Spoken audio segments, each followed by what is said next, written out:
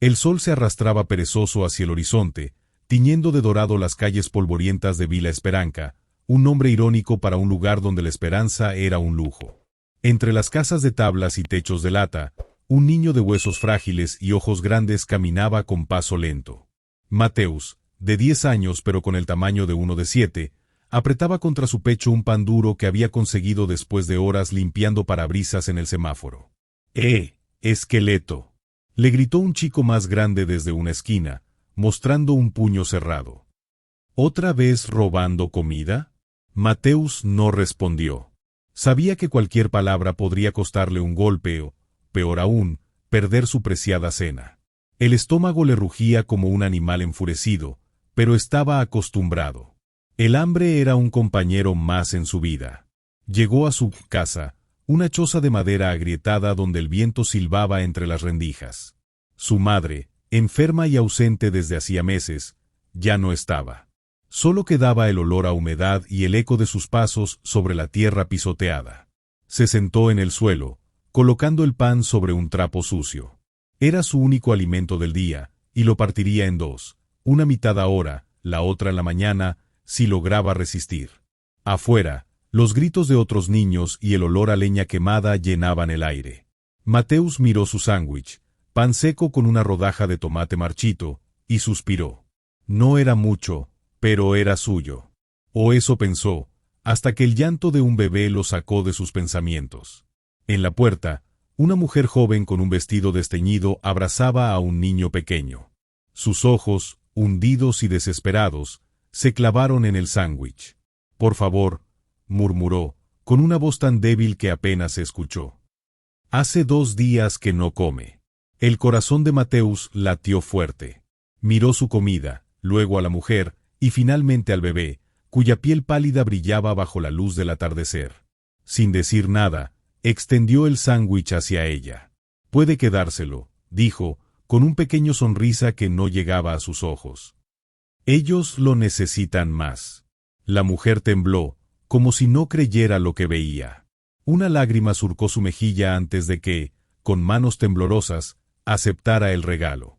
«Dios te bendiga», susurró, pero Mateus ya se había vuelto, desapareciendo entre las sombras de la choza. Afuera, la noche cayó sobre Vila Esperança, llevándose consigo el último rastro de luz. Y con ella, la única comida que Mateus tendría aquel día. La mañana siguiente olía a lluvia vieja y tierra mojada. Mateus se desperezó en su rincón, sintiendo el vacío en su estómago como un animal que mordisqueaba sus entrañas. El recuerdo del sándwich regalado le hizo pasar la lengua por los labios agrietados, pero no se arrepentía. Al salir de la choza, notó algo distinto en el aire. Los vecinos cuchicheaban en grupos, señalando hacia el lugar donde la mujer y su bebé habían dormido la noche anterior. «Se la llevaron en un auto negro», decía dona Marta, la vendedora de tapioca, agitando las manos. «Una señora con ropas finas como de hospital. La recogió como si fuera alguien importante». Mateus se acercó arrastrando los pies descalzos sobre la tierra húmeda. «¿Se fueron?», preguntó con voz ronca por el hambre. «¿Y a ti qué te importa, esqueleto?», le espetó Tiago, el mayor de los chicos de la calle. «Esa señora ni siquiera te miró antes de irse. Seguro ahora están comiendo pan de queso caliente mientras tú sigues aquí como rata pobre». Los otros niños rieron, pero Mateus solo se encogió de hombros. No esperaba agradecimiento. En Vila Esperança, la comida iba y venía como el viento, y hoy le había tocado perder. Pasó el día buscando restos en el basurero municipal, donde las moscas zumbaban sobre cáscaras de fruta podrida. Encontró medio pao de queijo duro como piedra y se lo guardó en el bolsillo, esta vez decidido a no compartirlo. Al caer la tarde, mientras el sol teñía el cielo de naranja, Mateus se sentó en su lugar favorito, un trozo de cemento junto al arroyo contaminado que atravesaba el barrio. Sacó su tesoro y lo observó con reverencia, imaginando que era fresco y esponjoso. Fue entonces cuando escuchó los pasos. Levantó la vista y vio a la anciana Carmema arrastrando sus pies hinchados, llevando una bolsa de plástico transparente con 2 bananas maduras. «Toma, niño», dijo con voz áspera, extendiendo una fruta. «No me gusta ver a los muchachos con hambre». Mateus miró la banana, luego su pao de queijo, y sin pensarlo 2 veces partió el pan en 2. Para ti también, dona Carmen. La vieja sonrió, mostrando los dientes faltantes. Eres diferente, ¿sabes? Tienes algo que la mayoría perdió hace mucho. Esa noche, mientras se acomodaba en su choza, Mateus pensó en la mujer y su bebé. ¿Estarían realmente mejor ahora? Se imaginó al niño comiendo en un plato limpio, y eso le dio un calor extraño en el pecho. Afuera, un auto pasó veloz por la carretera lejana, sus faros iluminando brevemente las paredes de tablas. Mateus cerró los ojos, soñando con ruedas que llevaban a alguna parte lejos de allí. El invierno llegó a Vila Esperanca con sus garras húmedas y frías. Mateus, ahora con 12 años pero que parecía de 9, tosía sin parar, cada sacudida le estremecía el esquelético cuerpo. La tos seca se había instalado en su pecho como un inquilino indeseable que no pagaba renta. Dona Marta le dio un té amargo de hojas que sabía a tierra. «Esto te ayudará, niño», dijo mientras le frotaba la espalda con sus manos callosas. Pero las noches seguían siendo interminables, con el viento colándose por las grietas de la choza como un ladrón buscando calor. Una mañana particularmente gélida, Mateus despertó con la camisa pegada al cuerpo por el sudor frío. Sus manos temblaban al intentar atarse los cordones de los zapatos rotos. Sabía que debía ir al semáforo a limpiar parabrisas, o no comería ese día. «¡Ey, fantasma!», le gritó Tiago cuando lo vio tambalearse por la calle principal. «Ni te molestes en ir. Estás tan pálido que los conductos creerán que eres un muerto viviente». La risa de los otros niños sonó como clavos en la cabeza de Mateus, pero siguió caminando, apoyándose en las paredes cuando el mareo era demasiado fuerte. Al llegar al semáforo, el primer conductor le cerró la ventana en la cara. El segundo le arrojó una moneda sin dejar que limpiara. «Aléjate, no quiero contagiarme». La moneda rodó por el asfalto mojado. Mateus la persiguió, pero sus dedos entumecidos no pudieron atraparla antes de que cayera por la alcantarilla. Se quedó mirando la oscuridad del desagüe, sintiendo como algo más que la moneda se le escapaba. Esa noche no consiguió comida. Regresó a su choza temblando, con un dolor agudo en el pecho que no le permitía respirar bien. Se acurrucó en su rincón, rodeándose con sus propios brazos para conservar el calor. Fuera, la lluvia comenzó a caer, golpeando el techo de lata como dedos impacientes. «Mateus». La voz de dona Carmen llegó acompañada del crujido de la puerta. «Traje un poco de sopa para...». «Santo cielo, niño». Sus manos ásperas tocaron su frente. «Estás ardiendo». Mateus intentó responder, pero solo le salió un gemido. Los siguientes días fueron un borrón de fiebre y sueños extraños donde su madre lo llamaba desde lejos. A veces veía a la mujer del sándwich, pero su rostro se desvanecía antes de que pudiera alcanzarla. Cuando la fiebre bajó, dona Carmen y el padre Joao decidieron llevarlo al orfanato San Rafael. «Allí tendrás comida y techo», le prometió el sacerdote mientras lo ayudaba a subir a su viejo Volkswagen. Mateus miró por la ventana trasera mientras Vila Esperanca se alejaba. No lloró. Había aprendido que las lágrimas no llenaban el estómago. Pero el orfanato no fue el refugio prometido. Los niños más grandes le robaban la comida, y las noches eran largas con el sonido de llantos ahogados. Mateus creció como crecen las malas hierbas, contra todo pronóstico, pero torcido por el viento. A los 17 años, salió a las calles de la ciudad grande. Dormía en parques y bajo puentes, aprendiendo a desaparecer entre la multitud. La tos nunca lo abandonó del todo, como un recordatorio de que Vila Esperanca nunca lo había soltado. El mármol frío de la acera se pegó a la mejilla de Mateus mientras intentaba incorporarse, pero sus brazos temblorosos ya no respondían. A su alrededor, zapatos lustrados esquivaban su cuerpo como si fuera un obstáculo molesto en la vereda del exclusivo Hospital Santa Lucía. «Déjenlo así, es solo otro borracho», escuchó que decía una voz masculina con fastidio. Mateus intentó hablar, pero solo le salió un hilo de saliva teñido de rojo. Su visión se nublaba, pero alcanzó a ver los elegantes zapatos negros de tacón que se detuvieron frente a él. «Dios mío». Una voz femenina, firme y cálida a la vez, cortó el aire. «Este hombre está gravemente enfermo.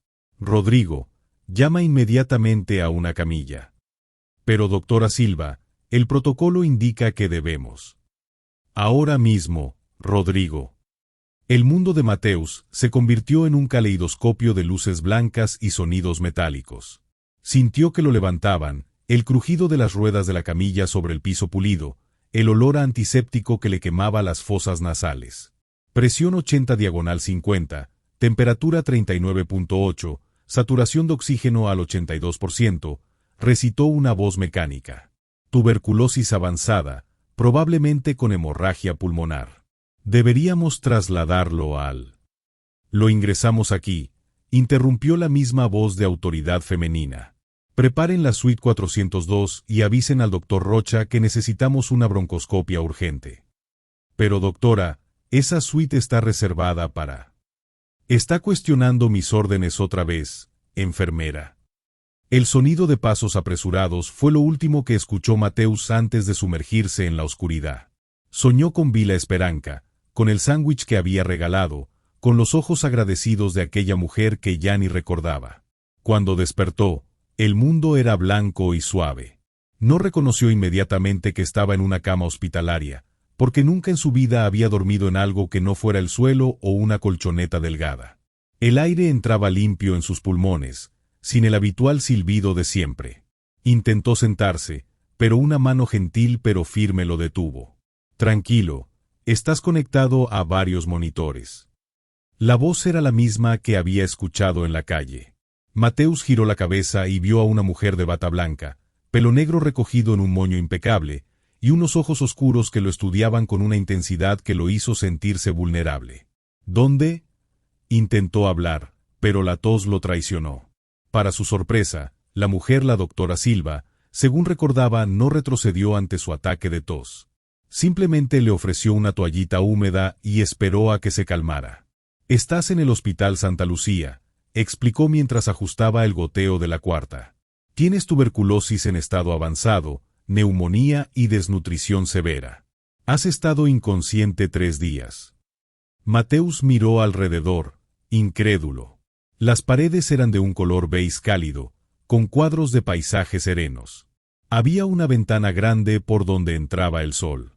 Esto no se parecía en nada a los hospitales públicos donde alguna vez lo habían dejado esperar por horas.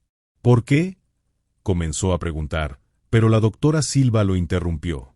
«Porque era lo correcto», respondió, aunque Mateus tenía la extraña sensación de que no era eso lo que iba a preguntar. Antes de que pudiera indagar más, la doctora se dirigió hacia la puerta. «Descansa ahora. El doctor Rocha vendrá a verte pronto». En el umbral, se detuvo y giró ligeramente la cabeza. «Bienvenido de vuelta, Mateus». La puerta se cerró antes de que él pudiera preguntarse cómo sabía su nombre. El aroma a lavanda y limón entraba por la ventana entreabierta de la suite 402. Mateus, ahora más consciente, observaba los rayos de sol que dibujaban patrones dorados sobre las sábanas impecables. 3 semanas de tratamiento habían devuelto algo de color a sus mejillas, aunque sus ojos aún guardaban la cautela de quien ha vivido demasiadas traiciones.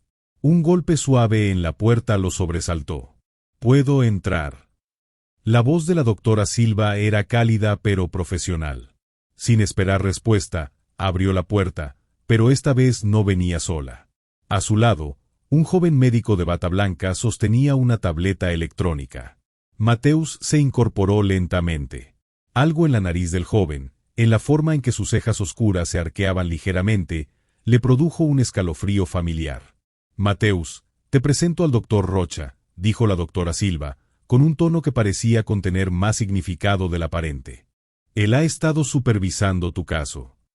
El joven médico se acercó, y al hacerlo, Mateus vio como sus ojos marrones, exactamente del mismo tono que los de aquella mujer desesperada de su infancia, lo examinaban con una mezcla de curiosidad y algo más. «¿Reconocimiento? Me alegra verte despierto», dijo el doctor Rocha mientras revisaba los monitores. Su voz tenía una cualidad que traspasó los años de distancia. «Tu última radiografía muestra una mejoría notable». Mateus no podía apartar la mirada de sus manos. Eran manos fuertes, limpias, profesionales, pero en su imaginación las vio pequeñas y sucias, aferrándose al cuello de aquella mujer en Vila Esperanca. ¿Usted? Comenzó a preguntar, pero la tos interrumpió su pregunta. La doctora Silva y el doctor Rocha intercambiaron una mirada cargada de significado.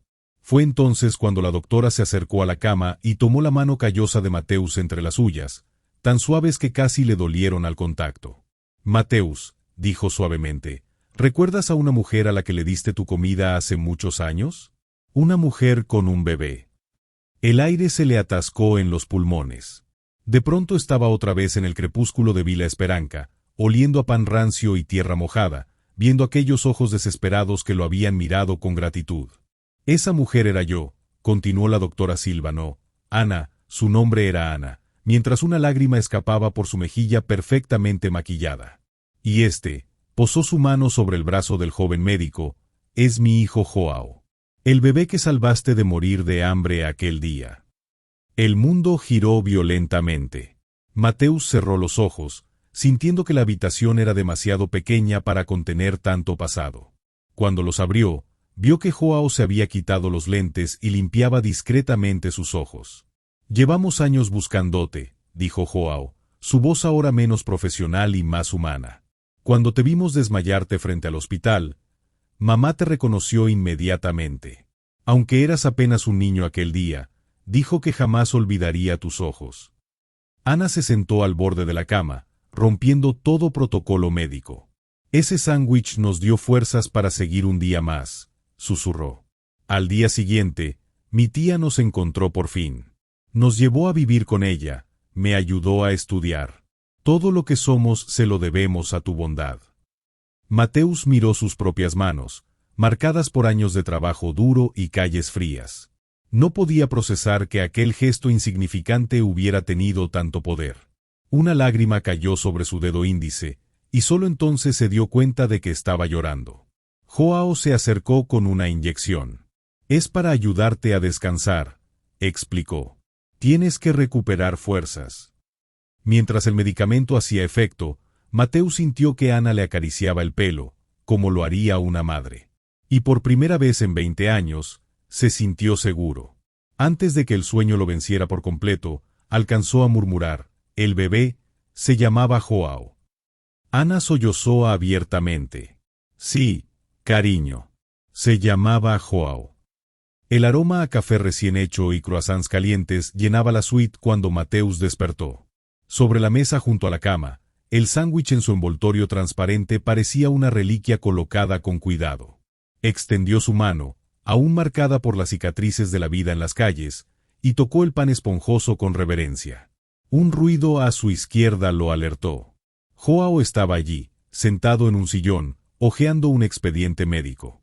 Al notar que Mateus estaba despierto, sonrió. «Buenos días, sobreviviente», dijo con una calidez que ningún otro médico le había mostrado jamás. «¿Sabías que tu caso está siendo estudiado en la Facultad de Medicina? Los residentes lo llaman el milagro del Santa Lucía, . Mateus se incorporó, notando por primera vez que ya no sentía ese dolor agudo al respirar. «No es ningún milagro», murmuró, mirando alrededor. Las flores, los globos, el sándwich, todo parecía surreal. Solo buena medicina. Joao dejó el expediente a un lado y se acercó. «Mamá tuvo que ir a una reunión importante, pero dejó esto para ti». Tomó un sobremanila de la mesa y lo entregó a Mateus. «Son documentos de custodia temporal. Quiere que vivas con nosotros mientras te recuperas completamente». Las palabras flotaron en el aire como globos que Mateus no podía alcanzar. Abrió el sobre con manos temblorosas. Allí estaba su nombre, junto a los de Ana Silva y Joao Rocha, en un documento legal que lo vinculaba a ellos. ¿Por qué? La pregunta se atascó en su garganta. Joao se sentó en el borde de la cama, adoptando una postura menos profesional y más de amigo. Cuando mamá se graduó de médica, lo primero que hizo fue buscar en todos los orfanatos de la región. Cuando conseguimos comprar este hospital, implementamos un programa especial para casos como el tuyo. Hizo una pausa. Llevamos 12 años buscándote, Mateus. El peso de esas palabras cayó sobre Mateus como una manta pesada pero cálida. Miró sus documentos falsificados, los que había usado para trabajos informales, y luego el papel oficial con su nombre real. Por primera vez en su vida adulta, existía legalmente. Esa tarde, Ana llegó con ropa nueva. «Para cuando te den el alta», dijo, colgando las prendas en el armario como si fuera lo más natural del mundo. Mateus observó cómo doblaba cuidadosamente una camisa azul. «No sé cómo ser esto», admitió en voz baja. Ana se sentó frente a él. «¿Un ser humano con hogar?», preguntó suavemente. «No hay que saberlo, cariño. Solo hay que vivirlo». Los días siguientes fueron un torbellino de fisioterapia, comidas calientes y conversaciones que llenaban vacíos de 20 años. Joao le enseñó a usar una tablet. «Es mágica», había exclamado Mateus al ver que podía acceder a cualquier libro. Ana le mostró fotos de su viaje a Portugal, y Mateus se rió al verla con un sombrero ridículo en Lisboa. Pero la noche antes de su alta, el miedo lo paralizó. Se despertó sudando, convencido de que todo era un sueño. Caminó hasta la ventana y observó la ciudad iluminada. ¿Qué pasaría cuando dejara de ser un caso interesante? Cuando Ana y Joao se cansaran de su torpeza social, de sus pesadillas, de su pasado.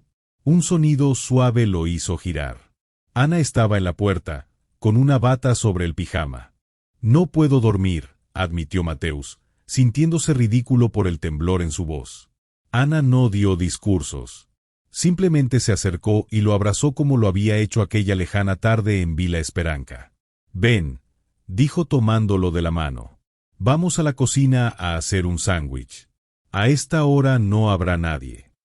En la cocina del hospital, rodeados de los olores a limpieza y comida, Ana cortó el pan mientras Mateus colocaba el jamón y el queso. Cuando terminaron, lo partieron en dos exactamente iguales, como debió haber sido aquel día. «Media para ti», dijo Ana entregándole su mitad, «y media para mí». Mateus mordió el sándwich sintiendo que, por primera vez, estaba llegando a casa. El niño en la sala de espera no podía tener más de 7 años. Estaba sentado en una silla demasiado grande para él, con los pies que no alcanzaban el suelo, abrazando un sándwich de plástico como si fuera el tesoro más valioso del mundo. Mateus se detuvo en seco al verlo, sintiendo que el tiempo retrocedía 20 años en un instante. «¿Te gustan los sándwiches?», preguntó Mateus, agachándose para estar a su altura. El niño lo miró con desconfianza, apretando más su comida contra el pecho. Mateus reconoció esa mirada, la misma que él había tenido durante años, y sonrió. «A mí también me encantaban. ¿Sabes? Una vez, cuando era niño, tuve un sándwich que era lo único que había comido en todo el día». La puerta de consultorio se abrió y una enfermera asomó la cabeza. «Diego, el doctor Rocha te espera».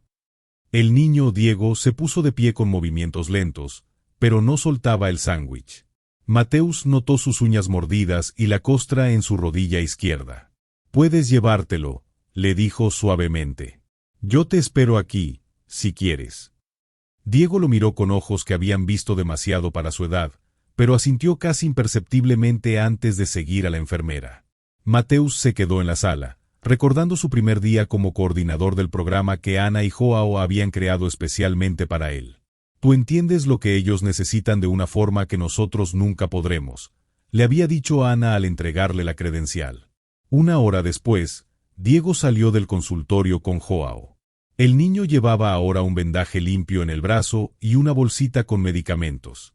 «Mateus, justo quien necesitábamos ver», dijo Joao con una sonrisa profesional que se volvió cálida al dirigirse a Diego. «Este señor es mi amigo. Él sabe mucho sobre sándwiches y sobre niños valientes como tú». Diego estudió a Mateus con renovado interés. «¿De verdad eras pobre como yo?». «Diego». Joao hizo una mueca, pero Mateus rió. «Sí, muy pobre. Vivía en la calle y a veces no comía por días». Se arrodilló para estar a la altura del niño. «Pero ¿sabes qué? Ahora tengo una casa con una cocina llena de comida. ¿Quieres verla?». Los ojos de Diego se iluminaron, pero luego se nublaron de sospecha. «Mi mamá dice que no hable con extraños». Joao intervino. «Tu mamá está en la sala de espera principal, Diego». Vamos todos juntos a presentarte a la doctora Silva, ¿te parece? Ana estaba en su oficina revisando expedientes cuando entraron. Al ver a Diego, su expresión se suavizó inmediatamente. «Hola, campeón», dijo, arrodillándose como había hecho Mateus. «El doctor Rocha me dijo que fuiste muy valiente hoy». Diego escondió la cara contra el brazo de Joao, pero no pudo evitar mirar con curiosidad los diplomas en las paredes y la foto de Ana con el presidente en su escritorio. Mateus recordó su propio asombro al ver por primera vez ese lugar. Diego y su mamá necesitan un lugar seguro para quedarse mientras ella se recupera, explicó Joao en voz baja. Pensé que tal vez el programa de transición. Ana no necesitó escuchar más. Tomó el teléfono y marcó un número rápido. Claudia, prepara la suite familiar, por favor. Y llama a trabajo social para que traigan a la señora Martínez. Mientras Ana organizaba los detalles, Mateus vio a Diego acercarse sigilosamente al sándwich que había dejado en una silla. El niño lo olfateó con desconfianza antes de darle un mordisco pequeño. ¿Te gustaría uno con jamón y queso de verdad?, preguntó Mateus. Yo sé hacerlos muy bien. Diego lo miró con los ojos brillantes. De verdad. De verdad. Y si tu mamá dice que sí, tal vez puedas venir a mi casa a ayudarme a hacerlos algún día. Ana terminó su llamada y se acercó. Todo listo. Diego, ¿te gustaría ver tu nueva habitación? Tiene una cama muy suave y una ventana grande. Esa noche, después de asegurarse de que Diego y su madre estaban cómodos en la suite familiar del hospital, Mateus, Ana y Joao cenaron en la cocina de la casa que ahora compartían. Mientras Ana servía la sopa, Joao sacó una botella de vino. Hoy es un día especial, anunció, llenando las copas. Diego y su madre son la familia número 100 que ayudamos a través del programa. Mateus alzó su copa, pero las palabras se le atascaron en la garganta. Miró alrededor, la cocina cálida, el jardín iluminado por luces tenues, las fotos en el refrigerador donde aparecía sonriendo junto a Ana y Joao. Todo había comenzado con un sándwich dado en la oscuridad. Ana pareció leer sus pensamientos. Tomó su mano y apretó fuerte. El círculo se cierra, susurró. Joao levantó su copa. Y nunca se romperá. Mateus miró a las dos personas que habían convertido su acto de bondad infantil en un legado. Sintió que algo dentro de él se asentaba, como si finalmente hubiera encontrado el lugar al que siempre perteneció. Al niño que fui, dijo al fin, alzando su copa, y al hombre que pude ser gracias a ustedes. Fuera, la luna brillaba sobre la ciudad, iluminando tanto los barrios ricos como los pobres. En algún lugar, un niño llamado Diego dormía seguro y alimentado.